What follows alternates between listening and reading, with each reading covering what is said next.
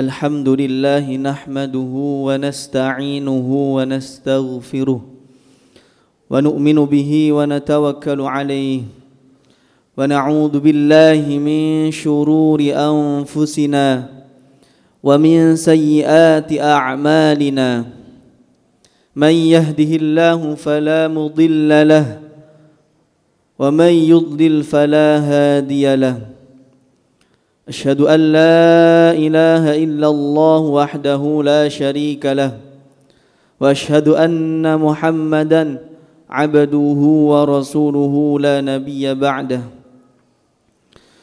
اللهم صل وسلم على سيدنا محمد وعلى آل سيدنا محمد والتابعين لهم بإحسان إلى يوم الدين أما بعد فيا عباد الله أوصيني وإياكم بتقوى الله فقد فاز المتقون يا أيها الذين آمنوا اتقوا الله حق تقاته ولا تموتن إلا وأنتم مسلمون.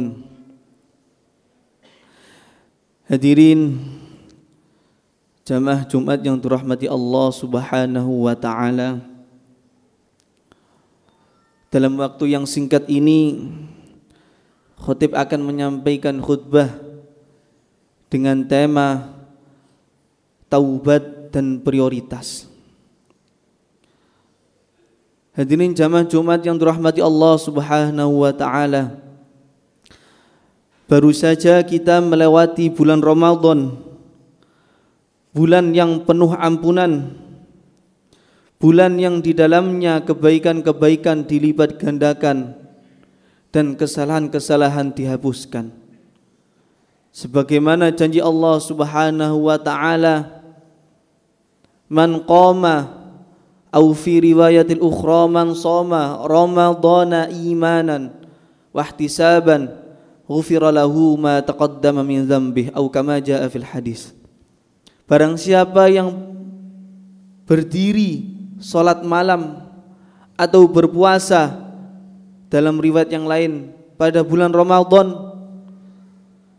karena iman, wahtisaban dan mengharapkan pahala, ghufira lahu ma taqaddama min dzambihi, maka dosa-dosanya akan diampuni Allah Subhanahu wa taala.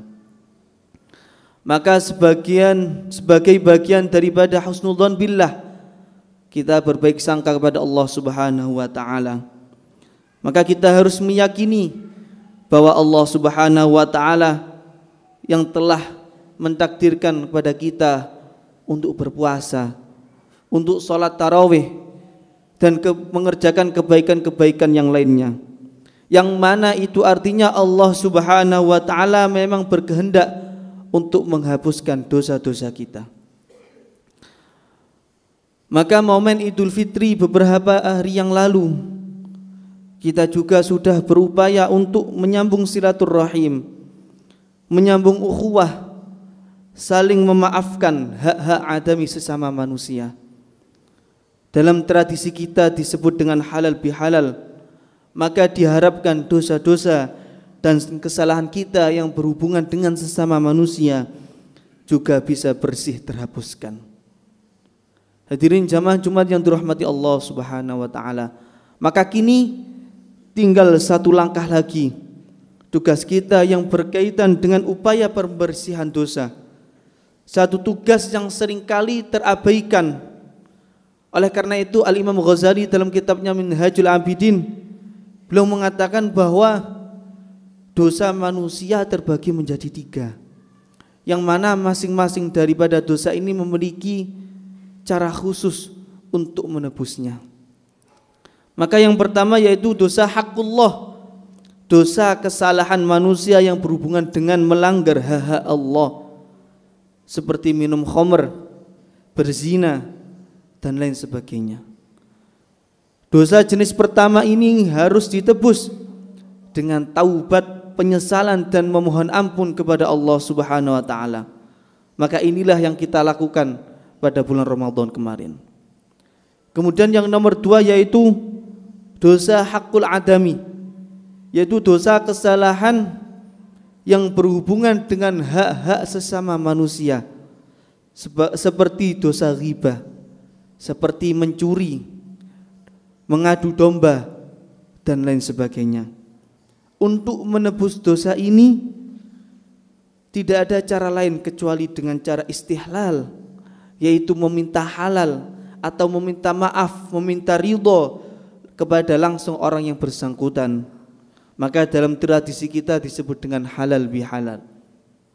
Kemudian dosa yang ketiga, yang menurut pembagian Imam Ghazali ini seringkali tidak disampaikan oleh para pendakwah, sehingga prakteknya kerap terabaikan, yaitu dosa tarkul faraid, dosa meninggalkan kewajiban-kewajiban, dosa meninggalkan kewajiban sholat, dosa meninggalkan kewajiban puasa, dosa meninggalkan kewajiban zakat. Maka dosa jenis ini tidak akan bisa dihapus dengan puasa Ramadan, dengan sholat tarawih, dengan sodakoh walaupun sampai harta kita menjadi habis.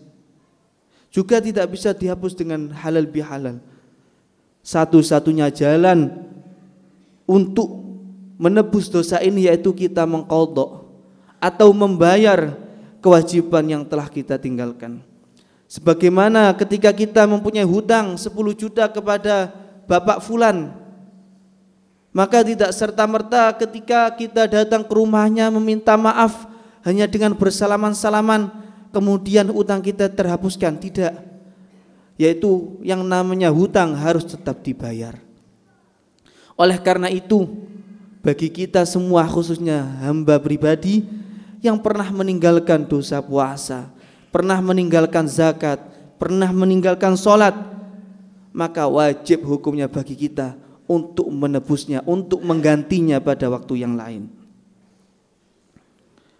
Maka berbicara mengenai kewajiban, Allah Subhanahu wa taala berfirman dalam hadis qudsi, "Wa ma taqarraba ilayya 'abdi bi syai'in ahabba ilayya mimma aftaradtu 'alaihi."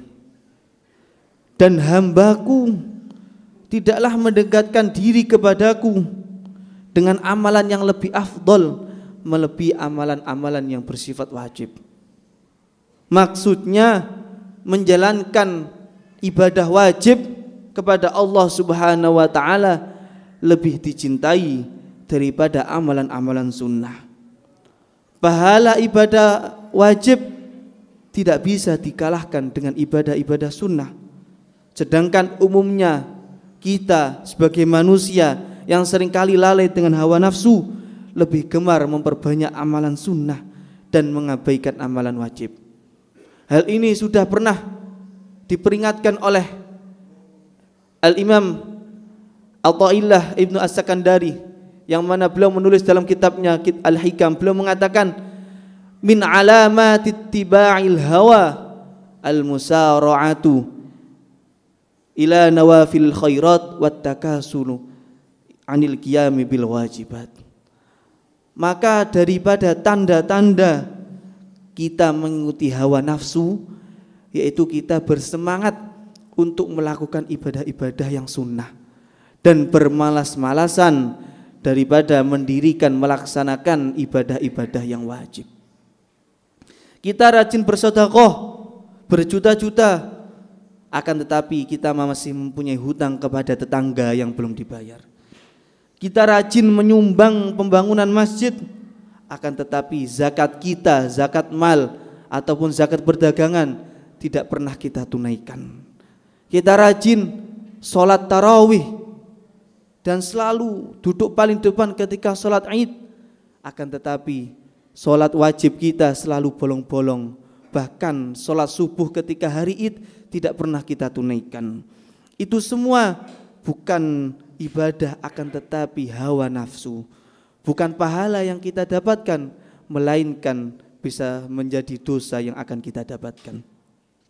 Hadirin dimuliakan Allah Subhanahu wa taala.